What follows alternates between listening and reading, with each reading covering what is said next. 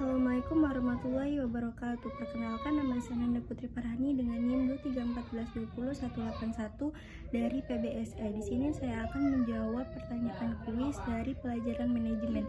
Yang pertama yaitu jelaskan 6 prinsip dan metode pengawasan yang digunakan oleh bank. Jadi di sini itu ada 6 prinsip dan 6 metode. Yang pertama yaitu pengaturan atau regulasi, yang kedua yaitu pengawasan secara tidak langsung atau off-site supervision, yang ketiga yaitu pengawasan secara langsung atau on-site supervision, yang keempat yaitu tindakan atau remedial, yang kelima yaitu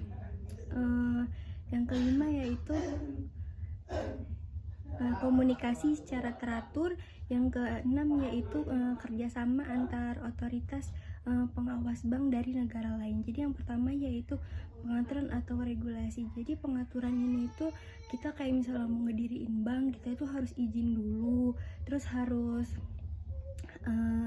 harus punya modal yang cukup, harus punya catatan atau laporan, jadi kayak yang rapi agar diterima. Terus yang kedua yaitu pengawasan secara tidak langsung. Jadi kayak pengawasan secara tidak langsung itu kayak cuma ngecekin laporan yang dari bank-bank luar buat mastiin apakah laporannya ini tuh benar, apakah laporannya ini sesuai. Jadi kalau misalnya ada kayak kendala atau pada laporan ini yang tidak jelas, itu bisa ditindaklanjuti atau diklarifikasi. Yang ketiga yaitu ada pengawasan secara langsung. Jadi pengawasan secara langsung ini kayak misalnya kita si pengawas bank ini turun terjun langsung ke kantor-kantor bank buat mastiin kalau misalnya laporan-laporan yang udah diberikannya itu benar atau tidak gitu.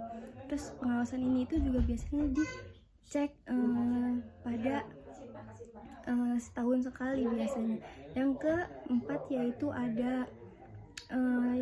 yaitu ada komunikasi secara teratur. Jadi kayak pengawas sama banknya ini harus sering komunikasi, jadi biar pengawas itu tahu kayak kinerjanya gimana, kayak terus konsistensinya gimana. Terus yang keempat yaitu ada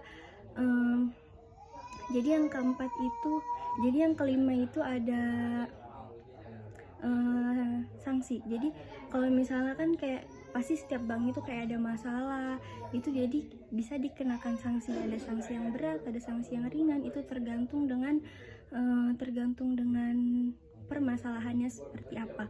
Terus juga ada bank sentral. Jadi bank sentral ini itu jadi kayak merangkul bank-bank yang udah mau bangkrut. Yang keenam yaitu ada kerjasama dengan negara lain. Jadi kayak kerjasama dengan negara lain itu buat kayak mencari informasi gitu.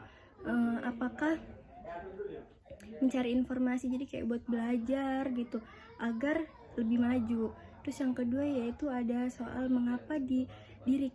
jelaskan mengapa didirikannya lembaga keuangan syariah dan operasionalisasinya. Jadi mengapa didirikan lembaga syariah itu agar menjalankan perintah Allah Subhanahu wa taala dalam di bidang ekonomi. Jadi agar supaya tidak terjadi riba, judi dan lainnya. Terus ada 4 yaitu keadilan, kemitraan, transparansi sama universal. Jadi keadilan itu adil, kayak misalnya kita ngasih modalnya berapa, jadi kita harus dapat feedbacknya juga sesuai berapa gitu. Terus yang kedua yaitu ada transparansi. Jadi transparansi itu kayak misalnya kita tuh tahu kayak uang ini tuh dipakai buat apa, terus rugi atau untung gitu. Terus yang keempat yaitu ada universal. Jadi universal itu kayak misalnya kan ini namanya lembaga keuangan syariah, jadi dia itu nggak mandang mau orang Islam, mau orang Kristen, suku apa, ras apa, boleh masuk, tapi dengan syarat dijalankan sesuai dengan prinsip Islam. Kurang lebih mohon maaf. Assalamualaikum warahmatullahi wabarakatuh.